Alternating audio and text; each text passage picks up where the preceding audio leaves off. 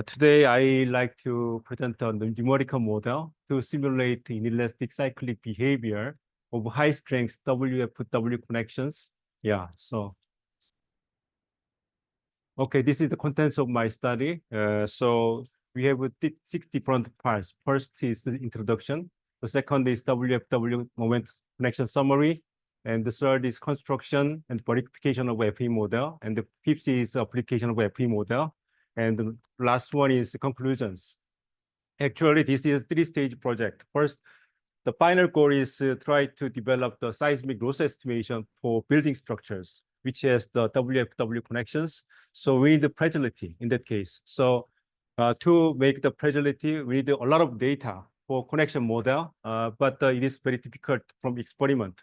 So we try to develop the material model and the finite element model. That's what I do in our study. This is introduction. In high-rise buildings, such as like this is Lotte Tower, Seoul, Korea, 123 stories. Large member sections are often required to withstand gravity and wind and earthquakes, particularly for columns in their lower stories.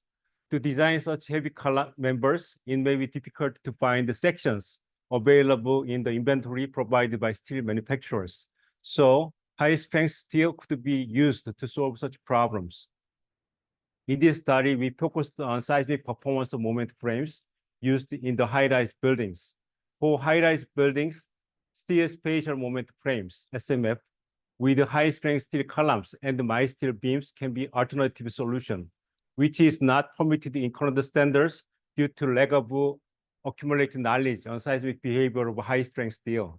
In this study, the welded unreinforced flange welded web connection is used to connect beams and columns in SMFs, which is one of the pre-qualified connections provided in current standards. To evaluate seismic performance of WFW connections comprising of high-strength steel columns and mild steel beams, either experimental or numerical study should be conducted. The aim of this study is to construct an appropriate model, material model, and finite element model for WFW connections. This is a summary of the WFW moment connections. So this is the configuration of the WFW connections. This is beam and this is column. So beam flanges and webs, this is beam flanges and webs, are welded to column flange using complete joint penetration groove welds. Experimental tests have been conducted to evaluate the cyclic performance of WFW connections constructed with mild steel. Experimental research on WFW connections with high-strength steel is very limited. So we conducted the experimental study in the first stage of our project. So this is the experiment. So actually 2 WFW connections with high-strength steel columns and mild steel beams were tested. So spaceman D700H and D900H had beam depths of 692 millimeter and 890 millimeter, respectively.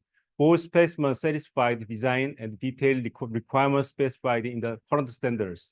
So this is column and beam and test setup. So throughout the experiments, we obtained these 2 cyclic curves. This is D700H and D900H. So we try to develop the finite element model to accurately simulate the cyclic behavior of the connections. First, before we construct the FE model, we try to develop the material model. The combined hardening model was used in this study, which can incorporate both isotropic and the kinematic hardening model. This model can accurately predict the cyclic behavior of steel, including cyclic softening or hardening and the biosynchro effect. This is the equation of the constitutive equations. As you can see this equation, you can see there are a lot of parameters and coefficients to be determined, to be used in the finite element model. So to determine the constituent model parameter values accurately, the particle swarm optimization algorithm was used with the LCF test data. We also tested we conducted the LCF test also for mild steel and the high strength steel. This is the test setup for LCF test. This is the specimen, and this is the loading amplitude, and this one is the LCF curves obtained from the LCF test. Okay, so based on the LCF test, we try to determine these values in the table using the PSO algorithm. So you can see the solid line and dotted line. Dotted line is the simulated one, and the solid line is a measured one. They are close very each other. So that means the values and the model is quite accurate for simulating the LCF test results. So this is the FE model. So we use the commercial software Abacus was used to model WFW connections. For constructing the FE model, the same dimension and support conditions were used as those used for the experimental testing of WFW connections. This figure shows the test setup, and then this is the FE model. So we use the same loading amplitude and so on. So in Abacus, the brick element with the reduced integration, C3D8R, was used for connection model due to its accuracy and efficiency in computation. Element C3D8R is the first order reduced integration element that eliminates the shear locking. To avoid the hourglass mode problem in C3D8R, steel plates need to model with multiple layers through the decrease of column webs, the webs and the flanges.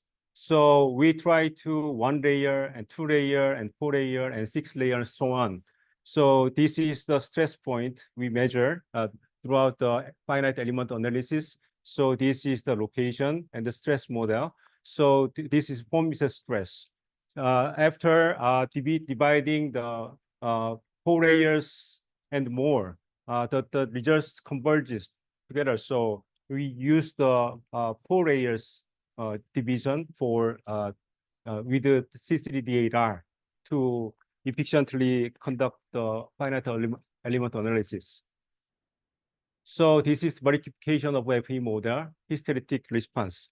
So to verify the accuracy of FE model, measured and simulated cyclic curves were compared. This one is the connection behavior, the moment strength, and this is drift ratio measured from the beam tip. And this one is for the connection, only the penetration behavior. So dotted line is the simulated from the FP model, and this is from the experiment. So FP model accurately simulate the measured cyclic curves in respect to the specimens. So our model seems reasonable to use for fragility analysis. Also, we calculate the cumulative energy was calculated. Simulated energy was very close to measured one, irrespective of the level of the drift ratios. The maximum error is less than 10%, which is quite reasonable to use for our purpose. Also, we try to develop the rupture prediction to accurately estimate the rotational capacity of WFW connections using FE model. It is important to predict the incidence of the connection fracture. Whan and others reported that when rupture index value at a critical location exceeds the limiting value, WFW connections may fail. The limiting value was defined as 1150 according to this study, which was adopted in our study as well. During FE analysis, rupture index was calculated from FE analysis results at the critical locations. This figure shows the rupture index value according to the drift ratios. So when the rupture index value exceeding meet this one, we assume that it is fractured. So this figure shows that peak rupture index, as seen in this figure, specimens D7H and D900H failed at drift ratios of 5% and 6% respectively. It is noted that both specimens failed at drift ratio of 5% during the test. So it is a little bit different, but still quite accurate. Yeah, comparing measured one and calculated one. This figure shows rupture index value at different locations calculated using FE model for D100, D700 and D900. In numerical analysis, rupture D700H and D900H was expected at flange weld region and at the heat affected zone of the beam bottom flange respectively, which is shown in here. The flange weld for T900 exceeded 1150, and this one is the T700H, which exceed the 1150 at the beam bottom flange heat affected zone. So this is test specimen. The locations of the rupture is predicted quite accurately with the measured rupture locations. Okay, this is the damage specifications. Okay, we right now we have the quite accurate FE and material model. Then we try to determine the drift ratios according to different damage states. So we use the 4 different damage states: onset of the yielding, onset of the local buckling, onset of the strength degradation, and fracture. So based on these different damage state, we try to find the values from the FE results. So these are the values obtained from these FE results. So this is only for 2 cases. So if we have many different WFW connections, we can find these values for many different cases. If we collect many data for our database, then we can construct our fragility curve for WFW connections, which can be used for our fragility analysis. Okay, this is the conclusion. In this study, FE and the material model were constructed to accurately simulate the cyclic curves of the WFW connections with the high-strength steel columns and mild steel beams. The combined hardening model was used to simulate isotropic and kinematic hardening behavioral steel materials. WFW connections were modeled with the C3D8R. Plates were divided as 4 layers through the thickness of the flanges and webs. The same loading protocol and boundary conditions were used in the FE model as those used in the experiments. The cyclic curves of WFW connections were accurately simulated using the FE and material model constructed in this study. This study also shows that connection rupture can be predicted using rupture index with its limitation value. The model constructed in this study can be used to produce the data when developing fragility equations for WFW connections, so which is the essential to conduct the seismic loss estimation for this building. Thank you very much.